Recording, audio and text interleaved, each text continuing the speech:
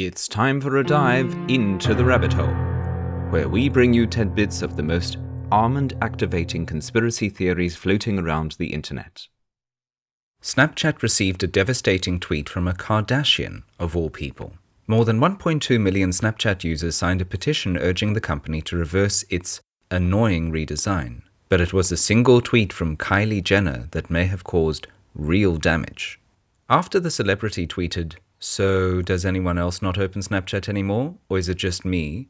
to her 24 million followers, shares of the app's parent company Snap plummeted 6%, a $1.3 billion to her 24 million followers. Shares of the app's parent company Snap plummeted 6%, a $1.3 billion drop in market value that launched a fresh cycle of embarrassing headlines. But some analysts and Snapchatters said this was more than just a one-day PR snafu. Snapchat is suffering from a larger existential crisis, and it's unclear how it will recover. "We're watching a company explode into bits," said Eric Schiffer, CEO of private equity firm Patriarch Organization. "This is a kiss of death to a brand like Snapchat with their base that has stuck with them. Because you know how the media is coordinated. Somebody is killing Snapchat. It comes on the heels of someone crashing their servers. There's an even more significant way the new president will help the company. He is stoking fears about privacy and an Orwellian surveillance state. And Snap is one of the few social media companies that doesn't base its business model on knowing everything it can about you. But new technologies are starting to eat away at our privacy in ways we've never before experienced. At some point, a vast swath of the population is going to realize we've been totally laid bare. You pay for allegedly free services with your privacy, and then the details about you are sold to marketers, which can then precisely target you. If enough people no longer want to play that game, it's lights out for that business model. That's why Snap is the IPO of the moment. It is showing that a viable media business can be built without vacuuming up zettabytes of information about every customer. Snapchat got its start by letting users send photos that quickly disappeared. It then built its business model on the idea that it is unnatural to generate data about everything we do. And now somebody is trying to kill it. It shows you a few things. Those Kardashian broads are machine entities. It is why they are mentioned on the news and probably why they have so many followers. The machine provides them. And that is the sound of my mind blowing in real time.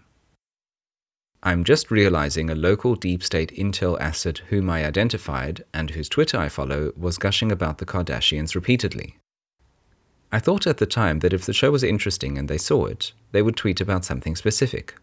It was weird to me because why would an intel asset follow those bimbos and tweet so generically about them? It hit me as odd, but with so many things I assumed I was missing something and moved on, telling myself that maybe the Twitter was just a cover Twitter account.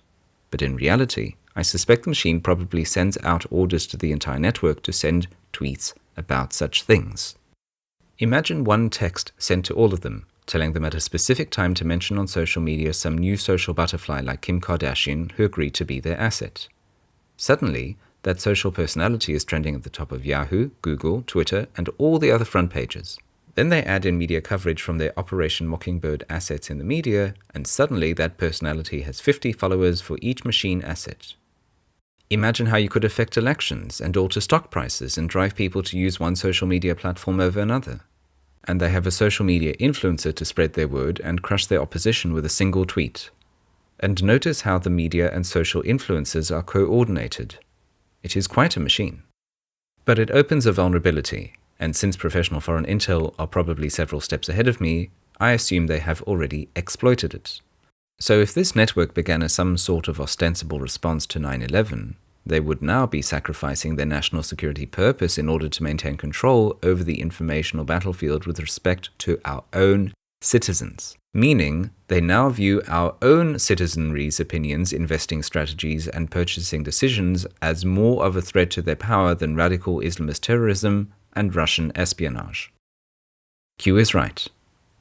Nothing is by coincidence.